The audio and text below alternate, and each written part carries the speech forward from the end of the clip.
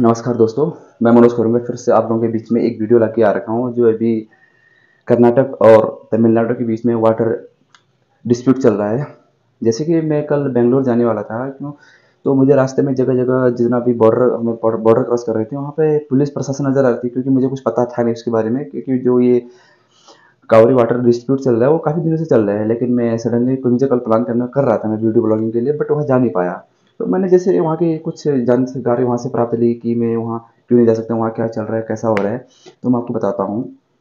जो कर्नाटक के लोगों का कहना है, पानी सिर्फ पहले पीने के लिए है, बाद में खेती के लिए। क्योंकि अभी जो तमिलनाडु और कावेरी के बीच जो कावेरी नदी आती है, वो पानी सप्लाई करने से मना कर रहे हैं। क्योंकि तमिलनाडु को ज़रूरत है, क्योंकि वहाँ काफ़ी खेती होती है, हज़ारों सैकड़ों एकड़ों में। ठीक है। और कर्नाटक सरकार कह रही है कि पहले पानी पीने के लिए है, फिर बाद में खेती के लिए। जैसे कि CWME ने, कावेरी वाटर मैनेजमेंट अथॉरिटी ने कर्नाटक सरकार को कुछ आदेश दिए थे, जो कि सरकार को 15 दिनों तक 10,000 क्यूसेक पानी सप्लाई करने के लिए कहा। और वह आदेश कर्नाटक सरकार ने माना भी। जो उन्होंने 15 से 27 अगस्त तक ये जितना CWME ने उनको पानी सप्लाई करने के लिए कहा उतना किया।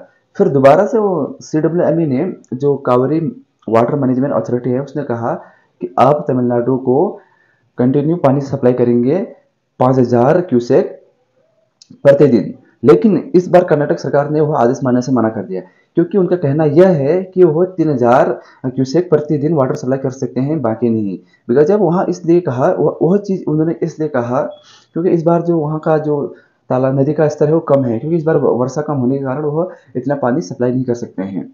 पर मैसूर रियासत ने कावेरी पर बांध बनाने का फैसला किया।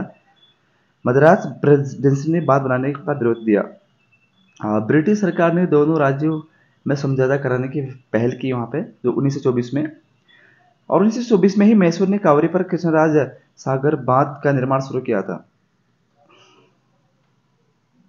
और 1974 में मैसूर ने कई बांध भी बना लिए थे वहाँ।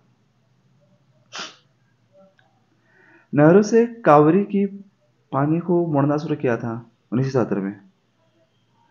और 1974 तमिलनाडु पानी का मोड़ना का विरोध किया, फिर विरोध, और उसमें काफ़ी लड़ाइयाँ भी हुई थी। इस विवाद में केरल और पांडिचेरी भी कूद पड़े, क्योंकि लड़ाई तो चल रही थी और उसमें दोनों बीच में कूद पड़े। विवाद बढ़ने के बाद केंद्र सरकार ने दखल दिया कि आखिर ऐसा क्यों हो रहा है, कि रीज़न क्या है।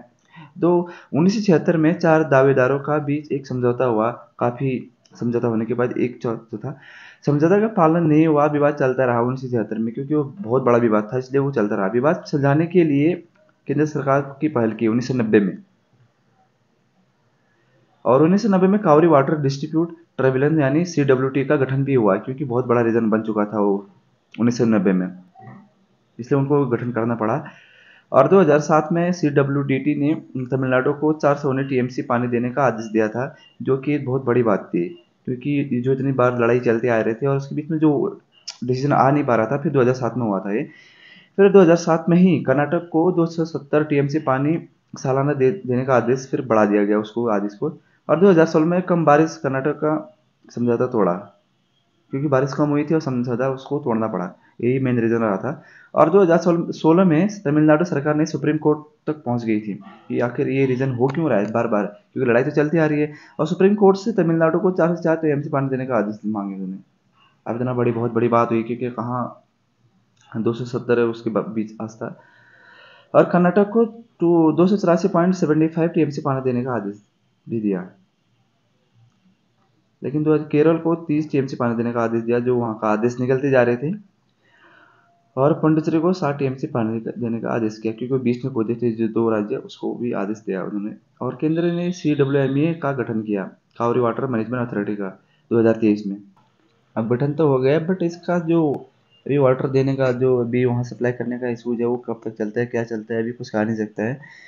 तो आगे अपडेट रहें और इसके बारे में जाने और क्या चल रहा है, आखिर क्या ये कर्नाटक सरकार पानी देगा या नहीं देगा तमिलनाडु सरकार को। धन्यवाद।